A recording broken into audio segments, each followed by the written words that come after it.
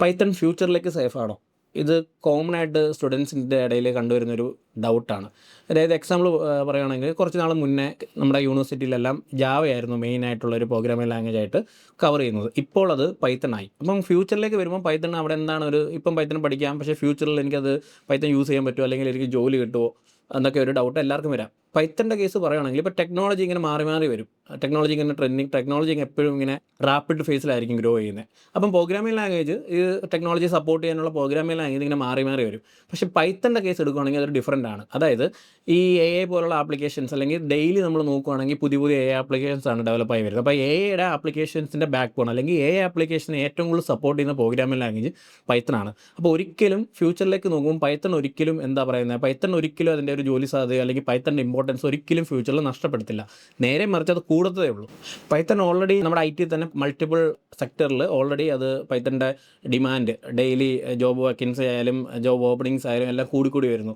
Data സയൻസിലായാലും AI, machine learning, web development എല്ലാ മേഖലയിലും പൈത്തൺ ഇപ്പം നല്ലതുപോലെ ലീഡ് ചെയ്യുന്നുണ്ട്. അപ്പോൾ ഫ്യൂച്ചറിലേക്ക് നോക്കുകയാണെങ്കിൽ ഇതൊരിക്കലും കുറയില്ല, ഇത് കൂടത്തേ ഉള്ളൂ. കാര്യം ഫ്യൂച്ചറിലേക്ക് നോക്കുകയാണെങ്കിൽ ഞാൻ നേരത്തെ പറഞ്ഞ പോലെ AI ടൂൾസിൻ്റെ ഉപയോഗം കൂടിക്കൂടി വരും, അല്ലെങ്കിൽ AI ആപ്ലിക്കേഷൻസിൻ്റെ ഡെവലപ്മെൻറ്റ് സൈഡ് കൂടിയേ വരത്തുള്ളൂ, ഒരിക്കലും കുറയത്തില്ല.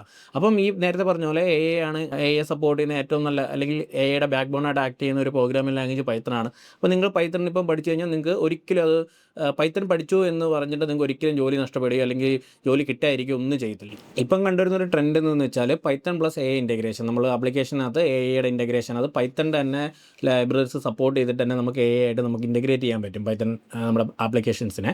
അത് മാത്രമല്ല, നമ്മളിപ്പം ഏതൊരു ഡെവലപ്പർ ആയാലും നമ്മുടെ കറണ്ട് നോളജ് കൊണ്ട് ഒരിക്കലും സർവൈവ് ചെയ്യാൻ പറ്റത്തില്ല. നമ്മൾ ടെക്നോളജി മാറുന്നതനുസരിച്ച് നമ്മൾ അപ്സ്കില്ല് ചെയ്യാതെ ഒരിക്കലും നമുക്ക് ഒരു ഫ്യൂച്ചർ സ്കോപ്പ് ഒരു പ്രോഗ്രാമിംഗ് ലാംഗ്വേജിലും, അല്ലെങ്കിൽ നമുക്കൊരു ഹയർ ഗ്രോത്ത് വേണം അല്ലെങ്കിൽ കരിയർ ഗ്രോത്ത് വേണം, അതിനെല്ലാം എന്താണ് നമ്മളെ സഹായിക്കുന്നത്? നമ്മുടെ അപ്സ്കില്ലിംഗ് ആയിരിക്കും. നമ്മുടെ അപ്സ്കില്ലിംഗ് എബിലിറ്റി, നമ്മളിപ്പോൾ ഏതൊരു പ്രോഗ്രാമിംഗ് ലാംഗ്വേജ് പഠിക്കുകയാണെങ്കിൽ അപ്സ്കില്ലിംഗ് എബിലിറ്റി കൂട്ടിക്കൊണ്ടിരിക്കണം. ഡെയിലി നമ്മുടെ ഓൺലൈൻ മാഗസീൻസും അതുപോലെ കണ്ടിട്ട് ടെക്നോളജി ആയിട്ട് നമ്മൾ എപ്പോഴും ഒരു കണക്റ്റ് വെച്ചിട്ട് ടെക്നോളജി മാറുന്നതനുസരിച്ച് പുതിയ പുതിയ കാര്യങ്ങൾ പഠിക്കാനുള്ള ഒരു സ്കില്ല് നമ്മളിപ്പം തന്നെ ഡെവലപ്പ് ചെയ്ത് കഴിഞ്ഞാൽ ഏതൊരു പ്രോഗ്രാമിംഗ് ലാംഗ്വേജ് ആയാലും നമുക്ക് ഈസി ആയിട്ട് നമുക്ക് അതിൻ്റെ ആപ്ലിക്കേഷൻ ലെവൽ സൈഡ് ക്രാക്ക് ചെയ്യാൻ പറ്റും. ഇതിൻ്റെ ഒരു കൺക്ലൂഷൻ എന്ന് പറയുന്ന പോലെ പൈത്തൺ ഫ്യൂച്ചറിലേക്ക് സേഫ് ആണ്.